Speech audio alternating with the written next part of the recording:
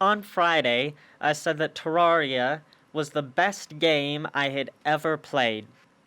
Now, what I also said is that I have never completed the game, and at least at the update when I first started playing, barely got halfway through the game. Now, I think that should change. So, on Wednesday, that's this Wednesday, 2 days, the new series to replace Assassin's Creed is a 100% all achievements run that would be Steam achievements of Terraria. Now, there are a few rules that are going to go along with this, and this video is basically going to go over those rules briefly. This is like episode 0, the first episode will be Wednesday. Now, the point of this series for me is to do everything in Terraria. I want to beat and just best this game. Now, what that means is that this is an expert mode run. Now, for those of you that don't know what expert mode is, basically, it makes the game harder. Now, how does it make the game harder, you might ask? Well, in regards to enemies now have double health, do two times damage, and are 10% more resistant against knockback. All of this is from the wiki, by the way. They're weaker enemies gain increased stats when reaching hard mode. If you don't know what like half these words mean, they'll make sense in the actual series. Enemies and bosses have more difficult AI. Monsters have a small chance to spawn in towns, which means before you had like your area with all your NPCs, monsters wouldn't spawn there, now they can. When attacking enemies for too long, there's a chance that more of the same enemy will spawn close by and join the fight, which is good for enemies that need drops, but when I'm fighting like a mimic, and that takes like a full minute or so, well, now I'm gonna have like 5 mimics. Various enemies apply additional debuffs upon hitting the player. I'm not gonna go over them, but there's like 12 of them. Enemies can pick up drop coins, promising that some permanent coin loss whenever enemies are involved, because an enemy will pick up your coin, then after you respawn, they'll despawn. So, yeah, you lose coins. Enemies holding coins emit a sparkle effect based on the color of the best coin they're holding. Many enemies gain additional attacks. I don't know what these attacks are, but there's a lot of them.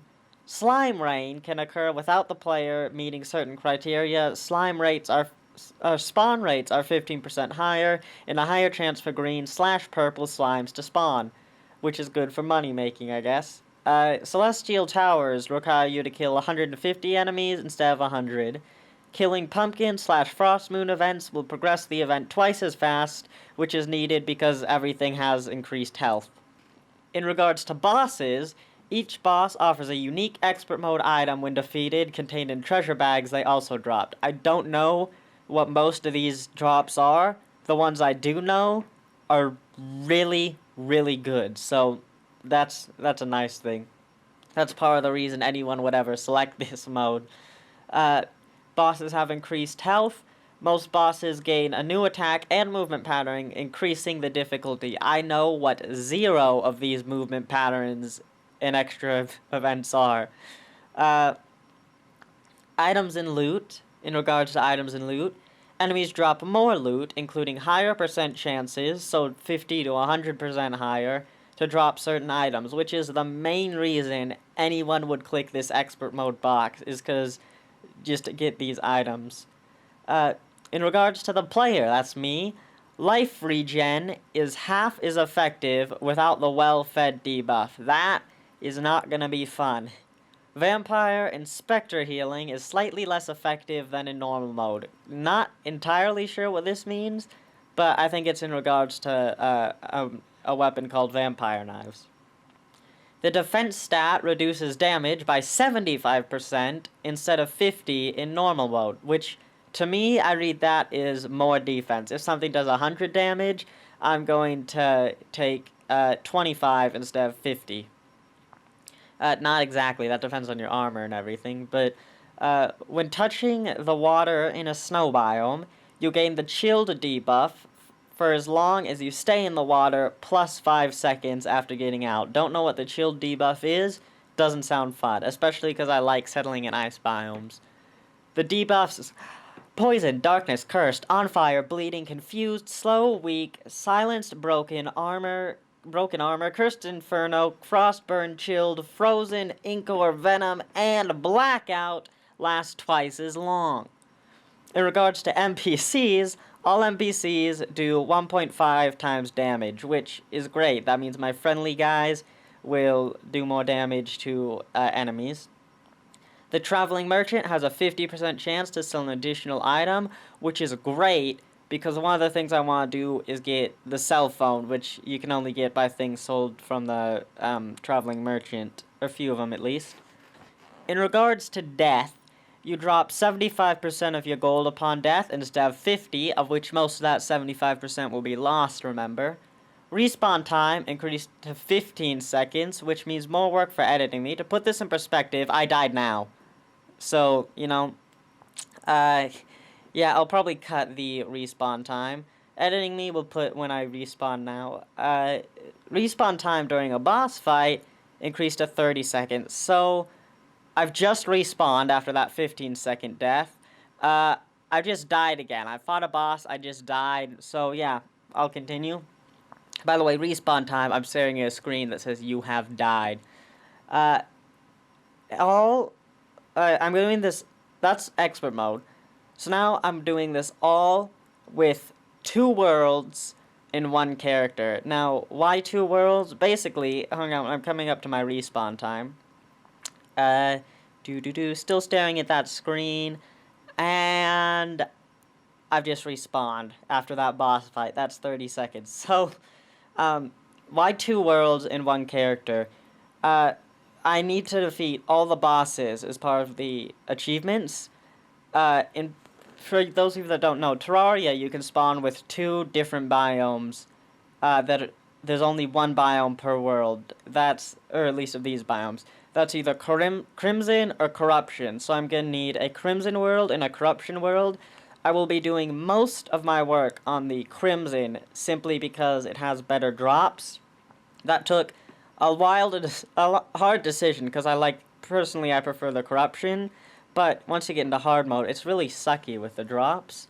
In fact, I have this 18-page color-coded document with heavy research on how I'm going to actually do this, so the series has direction. And basically, I was on page 16 when I finally decided to switch over, so I had to go through and change everything. Regarding the world, I get what I get, other than, of course, the Crimson and Corruption biome, meaning that hard mode ores, I'd rather have titanium than adamantite. If my world spawns with adamantite, too bad, I'm not gonna fix that. Decent spawn points, I could get a sucky spawn point, and then the Crimson size and location. I'm really upset. I started an expert mode test world, literally, just attacking some slimes, seeing how difficult it was. I didn't even cut down a tree. I spawned with a demon altar, 5 blocks below spawn. I would love to play that world, but no, I get what I get. This is more for me. Record everything and show as much as possible on camera, whether time-lapse or otherwise. If something's boring, I'll cut it. I think instead of doing jump cuts, I'll try and have more time-lapses. I might build the base, because I always say I'm going to build a great base. I never do. So I might do base building off camera and then maybe time-lapse it. But the reason for record everything is there are a few achievements, like break 10,000 blocks, run the distance of a marathon, that I don't know when I'm going to get, so I don't want to get that off camera and be like, hey guys, I broke 10,000 blocks, trust me that I didn't cheat. And then there's 100% no cheating with 1 potential exception, and that exception is to 100% the game. There is 1 item that I need, the snow globe, that I can only get in mid to late December. I started drafting this January 1st, so I ran out of time to get it. Now, this series may go to December, in which case I don't have a problem. But the cheat will be to either like take one off a friend. I've got a friend who's got a world that has everything in it. Or to find a way to trick the computer into thinking that it's late December. So that's the only cheat. I'd love to, if I had to cheat, get it to late December just so I still have to farm and get the presents, even though it's a really common drop. But 100% legit other than that.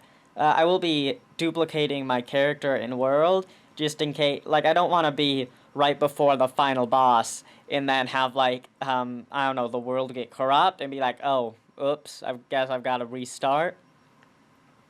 But basically, that's the Terraria to 100% on expert mode.